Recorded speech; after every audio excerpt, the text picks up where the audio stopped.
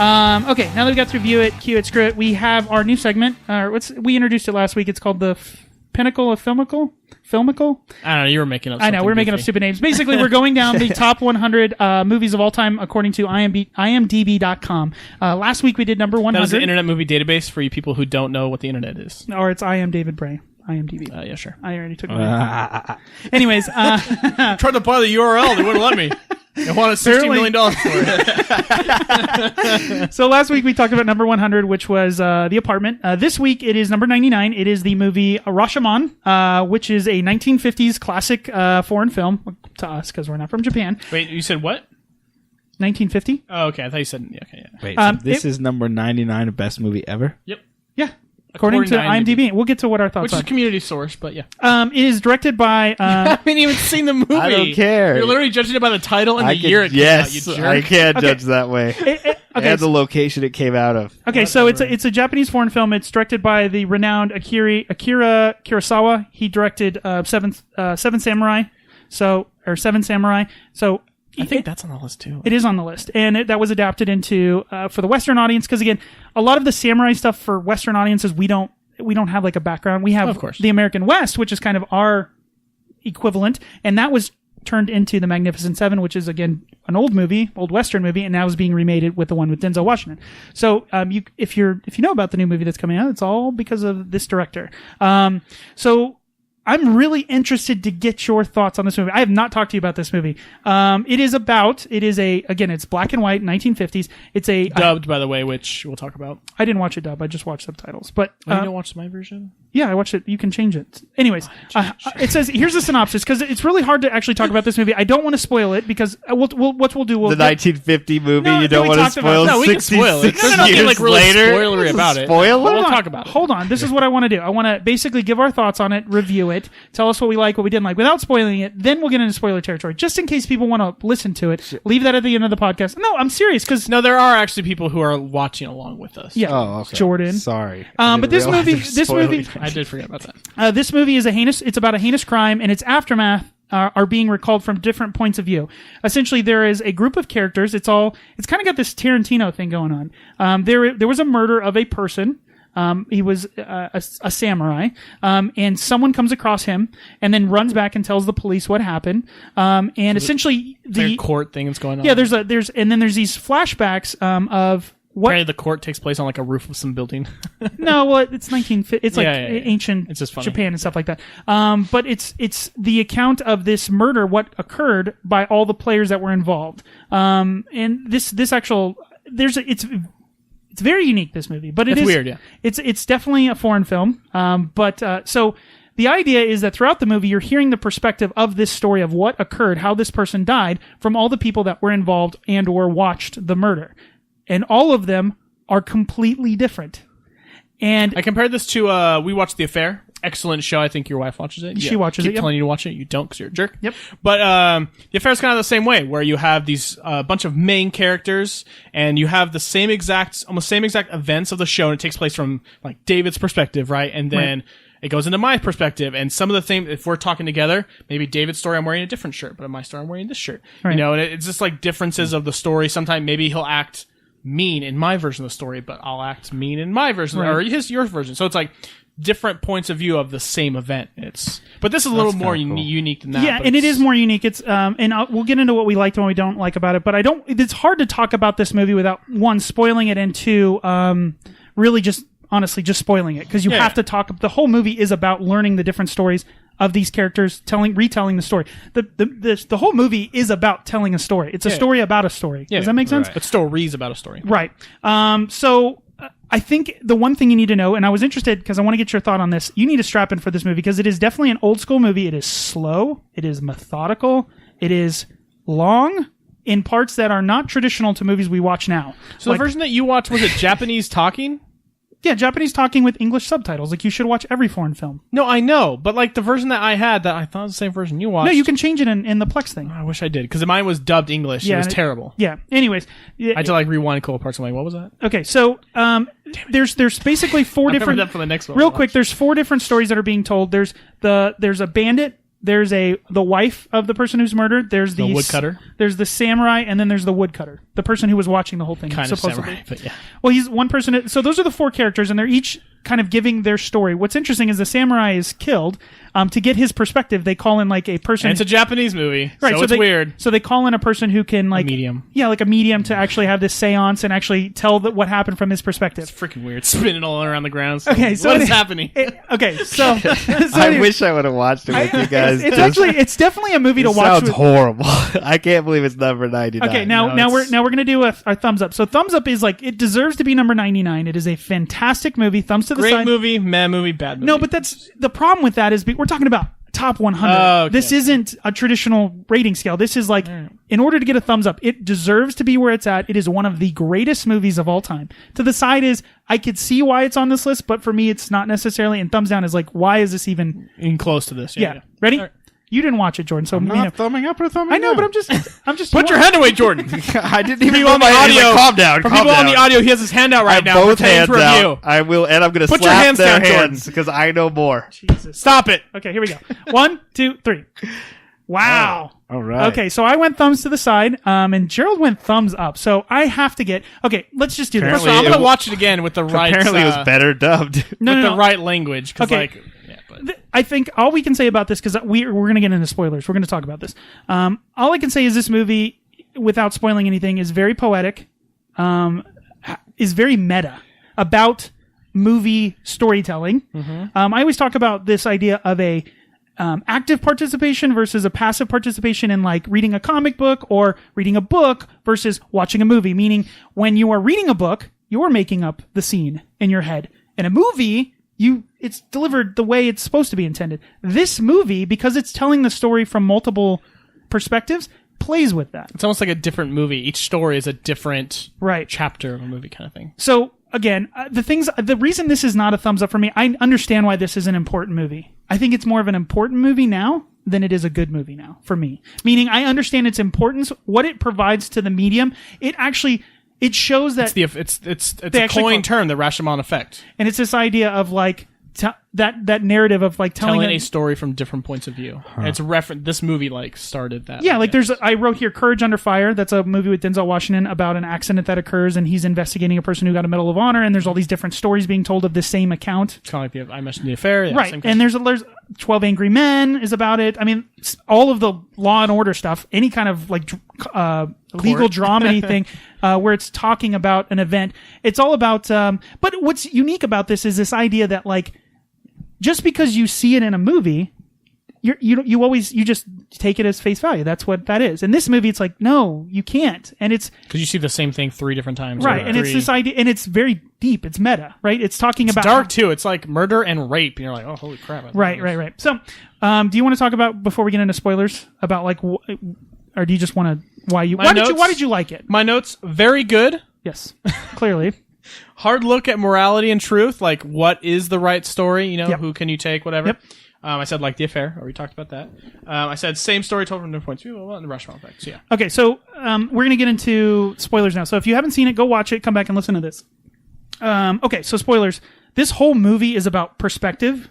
Yep. The whole movie, and it's about the idea of your reality is painted by the story that each person that tells the story paints the story in the light best for that person. Right. So, for instance, this idea, this bandit wants to rob this samurai and then take his wife because he finds his wife beautiful. She's this gorgeous person. As soon as she lifts her veil, she's like gorgeous. I would murder that guy for her. Right, and that's the whole thing. And he's this world-renowned bandit who's like the worst bandit. So when he tells his story, he admits to killing the samurai. And when he tells the story, he talks about how he raped the woman and seduced her to love him. Like he was so powerful that she fell in love with him. And then she felt bad for loving 2 men, right? No, that's later. Oh, wrong story. See? So the bandit then, she says, "Oh, I love you. You've seduced me. I want to be with you. But the only way I can be with you, you have to kill my former husband, my former lover." Well, that's why. Right. No. So then he battles him in this very, sword swashbuckling way, samurai way, and then kills him with the killing blow. And he talks about how this samurai had crossed his sword more than 20 times. He knows, as a matter of fact, it was 23 because no one's ever gotten over 20 with him. He always killed him before then. So it's this story that makes the bandit look like this, amazing fighter who seduced the woman. And then they're like, well, why is still kind of a jerk, but yeah. Yeah, I mean, he admits to the murder, but he's telling it in a light that makes him look like the coolest bandit ever, right? The cool bad guy. And they're like, okay, you're a jerk. You're being charged with murder. You literally like just bad admitted to story, it. Okay. bro. Like that is not. You should have said I did story. murder, but okay. Well, he talks about. He says actually. Have you talked to a lawyer? But his thing Anybody was like, talk to this guy? Do we read him his rights? Like, I only did it because she told me to do it, kind of thing. Right, and he also talks about how he's like, oh, you would have caught me anyways. I was eventually going to get caught. How they didn't have like DNA. Well, he was back a then, world-renowned bandit. cameras. Everyone knew his They name. were They like- didn't have any kind of real evidence. I feel like he could have got away with it if he was He also he also talks about how the wife, like, she was this fiery person and she fought for her husband, but it was only his seduction skills that made her turn. So she's this fiery person. Like, she had that dagger, and this dagger is really important. Right, throughout, and like, she all the was different stories. he was able to tame the wild woman. You know what I mean? Basically, his charms of besting her husband, like, making him look like a super badass. Then we meet the wife, and we don't meet the wife before the story was told. So you're thinking like, this chick can fight. You meet her, and she's this bawling, sniveling, I get my husband. So she tells her story. Those eyebrows, man. That's weird. So her story is she was raped. Her husband, the samurai, is essentially she unfortunately she plays this very callow, frightened, and weak-willed person. That's a good throwback the only part I thought that was a good thing. Anyways, that's a Mallrats joke.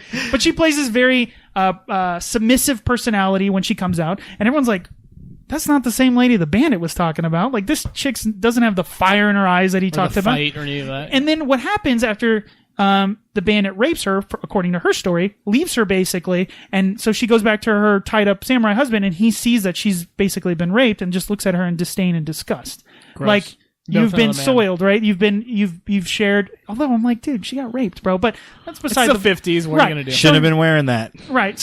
She was asking for it. No, seriously, it's a That lot of veil, though, man. So anyways, he looks at her with such disdain that she's holding a dagger in her hand, and she's like, stop looking at me like that. Please stop looking at me like that. And she's getting angry and freaking out. And he's tied up still. She hasn't let him free. And she says she passes out after she loses it, and she winds up somewhere else. But she's holding a dagger, moving towards him, and like, stop staring at me like that. Stop staring. And then she's like, and then I passed out and showed up somewhere else. And you're like, Really? We know what happened. You stabbed that dude. So that's her story. Okay. Oh, so the other guy was trying to cover for her. No. Then we get the Bandit. medium. Cover for himself. Then we get the medium who is going to tell us the seance. So freaking weird. It's man. a Japanese 1950s movie. I actually like this. I like the whole dancing thing and the She's like weirdness. spinning around on the Yeah. ground. I'm like, So we get the samurai story. His story is his wife I is. feel like this is the accurate story. Hold on. He died. you would think. No, you would think. Okay, so then in his story, the wife is raped and seduced by the bandit, and essentially is like, "We're gonna leave," right? And his wife says, "You have to kill him. Kill him. Do it. Kill him. We can't leave without killing him." And he's like, "You're crazy." Throws her on the ground and is like, "You're not going to tell me what to do." Like, and he's like, "Do you want me?" He looks at the. It was almost like how you're disobeying your husband or something like that, it's like so you're weird. dishonoring him or something like that. So then now he's like, "Oh, now we're bros because like she's messed up. Yeah. Do you want me to kill your wife for you, man? Like she's really messed up, right?" Right. So it's this weird thing. Like, again, all these stories have weird, like, that wouldn't happen. And that's the whole, we'll get into that towards the end. So then, she runs off. And he gets, the bandit unties him and basically walks away. And so the samurai, who has obviously been bested by this bandit, and his wife has him run basically out. left him, and said to kill him. He does the only honorable thing and takes a dagger and stabs himself. Basically, he's been a failure. Same dagger, right? Same dagger. He's a failure and stabs himself in the chest and dies. So it's this idea of him dying in Some honor. Duco, is that what it's called? Yeah, it's this idea of like you've left a stain on your house. You must do the only honorable thing is to kill yourself. Again, samurai, painting himself in a very nice light, right? All right. The fourth story, who is actually the kind of the first, but he's the narrator of this whole thing because he was at what's actually the really Woodcutter cool. was the first one who's like, I found Shut this up. hat, I found this shoe, then I found this dead guy. He was the one who found the dead body. Immediately ran to the cops, and that was it. And then they were actually sitting during this entire movie when these people are telling you the story. It's actually really unique. They're telling you what happened and they are answering questions, but there's no, you are the interrogator. It's the people are looking straight at you. So it's this idea that You're the like audience the is the judge. And that's the whole point of the movie is like, you pick which one. The whole time me and Alyssa were like, when me and my wife were watching it, I'm like, which one do you think's right? And she's like, I don't know. Yeah. So finally you get the woodcutter and you're like, the woodcutter's going to tell the right story. Right, he's got no skin in the game. Well, first it was like, well, why would he know? He just saw the body and ran, right? Right, and so you're like, and he's like, well, I didn't want to get involved. And it's like, anytime someone says that, it's like, you were involved. He's like, no, wait, actually, I saw the whole thing. So he claims this is what happened. He saw the whole thing, and he says the wife plays a more active role in this. She was raped and seduced by the bandit, but then basically becomes the more of the stronger role because she's like, they were like, oh, you got raped or whatever, blah blah blah, and she's like, no, this is all part of the plan. I don't like being the samurai's wife. It's a boring life. I want to do something fun. I want to be with the bandit. This sounds like fun. Like, and you know what? Like, you guys are actually the ones that aren't in power because you guys need to kill each other for my love. Yep. Like, she's now the active like I'll go with whoever wins. Right? And they're like kind of hesitating about fighting. And like, the whole time they're fighting, they're like, we don't really want to do this, but we kind of do. Yeah, we kind of have to. So the bandit wins, obviously, because the samurai dies. But when they're fighting and when he finally does the coup de grace and does the killing blow, it's very hesitant. He doesn't want to do it. He doesn't want to do it. But if he doesn't do it, the guy's going to kill him. Yeah, so it's kill like or be killed. fight. Right. But the samurai, right before he's killed, says, I don't want to die. Which is the most like disgraceful way to die, is to be fearful of death before you die. Right. So you're like, this has to be the correct story, right? This has to be the correct story. And so after he tells the story, you're like, okay, this is how it happened. And you're like, wow, that's pretty interesting because that's a totally different way. And the guy he's telling the story to goes, you're not fooling me. And he goes, this isn't the story. And he goes, it had to be. He was killed by a sword, not the dagger. And he goes, dude, I'm not stupid. You took that dagger and you sold it. And he's like, the whole time they're talking about this dagger, and they mentioned it to the bandit, like, did you take the dagger? He's like, oh no, I should have though, because it was like gold inlaid, and it's like this ancient, like it just looks like it's a beautiful family, yeah, like, it's got the inlay, yeah, ornate would be the perfect word. So it's this ornate, expensive dagger, and the woodcutter keeps saying, no, this is how it happened because he had to die by a sword. And the guy he's telling us to is like, I'm not stupid. You took that dagger. That's why your story says he got killed by a sword because you took that dagger, you SOB, and you sold it.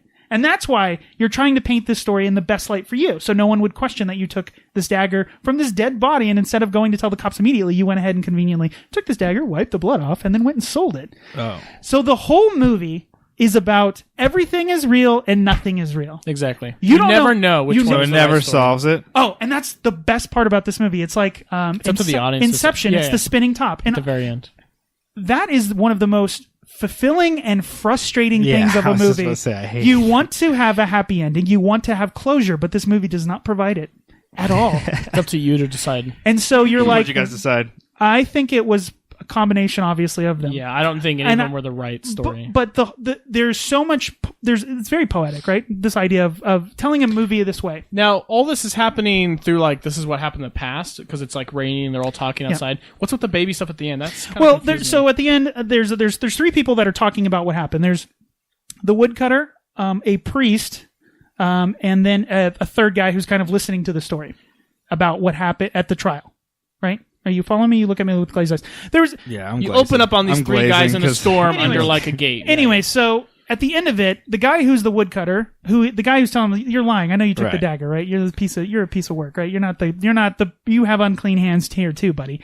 At the end, he takes a baby that was left at this temple and he takes it back to his family. And then the priest is always talking about like one of the lines, the famous lines in the movie is, humans, or what is it? It's, humans, it is human to lie.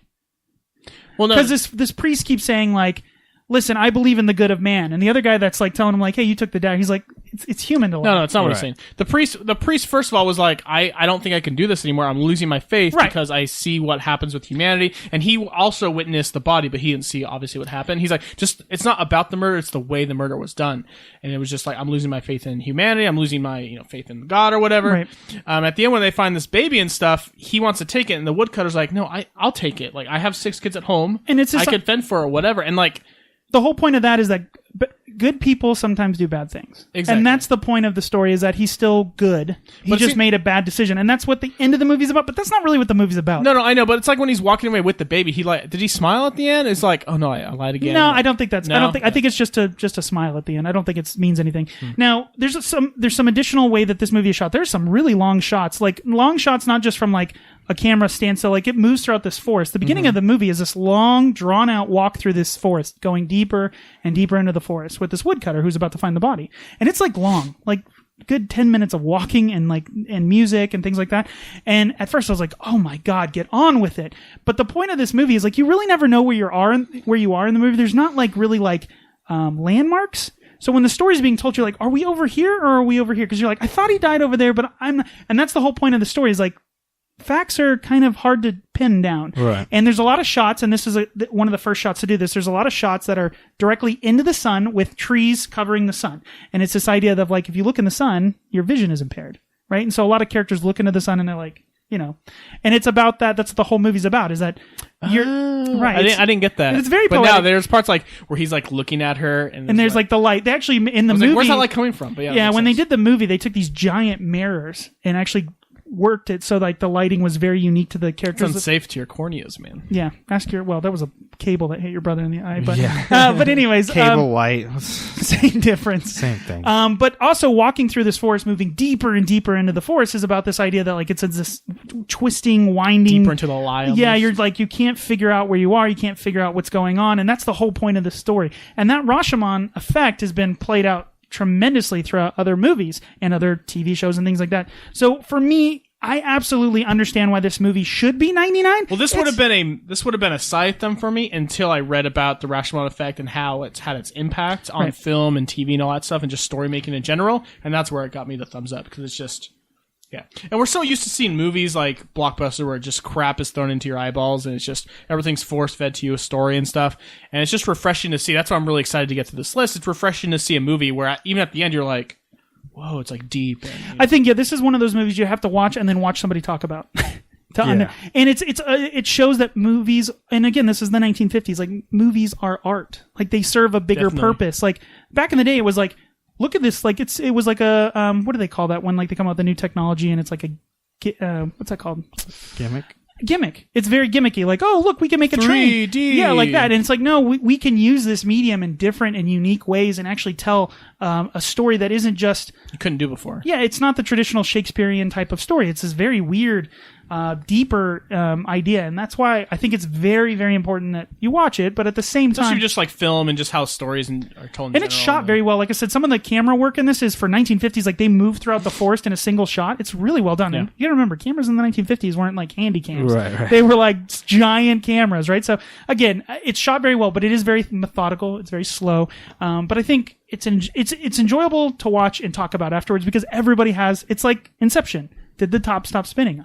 I think it did. Maybe you don't. Let's talk about it. Like, movies that do that those are good movies. Yep. Like that spur conversation. So check that out. That's Rashomon. What's the next one on? It's a Western. I'll keep looking it up. I'm gonna try to.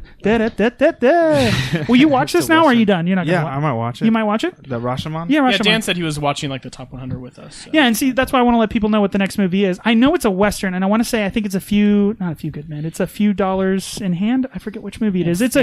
It's a classic John Wayne. No, Clint Eastwood. Clint Eastwood. It's not that old. It's John Wayne. Browsing. Clint Eastwood. We're browsing. Number 98. We're at for a few dollars more. The 1965 film. So this is the spaghetti western starring Clint Eastwood. I believe that I've seen this because I've seen a lot of Clint Eastwood. I know, my dad I was worried about this. All the Dirty Harold movies, I would like to say. Dirty Harold. Movies. I haven't seen any of them. I think so. Like, is this a sequel or something? Do I need to watch the other ones? That's not. Dirty Harry's not set in a western, buddy. No, Dirty Harry's a cop movie. Yeah, and it's set in like San Francisco. I think it's San Francisco. It's Clint Eastwood. No, but these... I got to know. Yeah. Do you feel lucky? Yeah. Like, I know that scene stuff. Anyway, okay, so the next movie... a sequel to anything. Right. The next movie to watch is called For a Few Dollars More. It's, again, Clint Eastwood spaghetti western. Did you watch, like, did you ever have, like, a time? Because you said your dad used to make you watch this. My grandmother, we used to watch old movies, and she loved westerns. No, I never had anybody, like, as a kid who would love westerns and stuff, so I was never experienced to a lot of those movies. What's also interesting, again, not to jump back onto Rashomon, but the fact is like, there's a lot of nuance to this movie about the samurai culture that honestly I just don't get because I'm from the West, which sucks. but I'm excited to see some of these Western movies. I don't think it sucks. I love America.